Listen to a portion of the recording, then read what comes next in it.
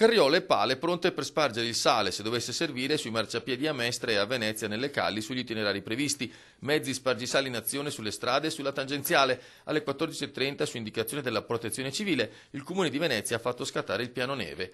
La neve però è caduta dopo oltre 24 ore di pioggia e anche se scesa in quantità e con fiocchi pesanti non ha attaccato. L'aumento della temperatura l'ha poi trasformata abbastanza velocemente in acqua. La neve a marzo non è un fenomeno frequente, ma non poi così raro. Quando ci sono queste componenti di aria fredda di Bora che entrano da nord-est, la zona più colpita è proprio la pianura della costa e la pianura centro-meridionale. A causa della situazione, il Centro regionale della Protezione Civile ha comunque decretato lo stato di attenzione relativo al Basso Brenta e al Bacchiglione.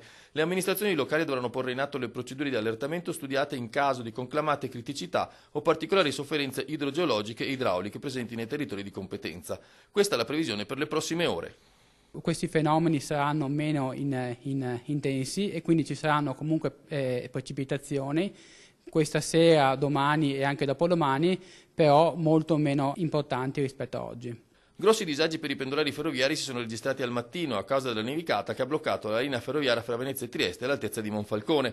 Il freddo ha provocato infatti la formazione di ghiaccio sui cavi dell'alimentazione delle motrici. Per ridurre i disagi si è fatto ricorso ad alcune motrici alimentate a gasolio, ma il ritardo dei convogli fra Venezia e Trieste è arrivato a oltre 2 ore.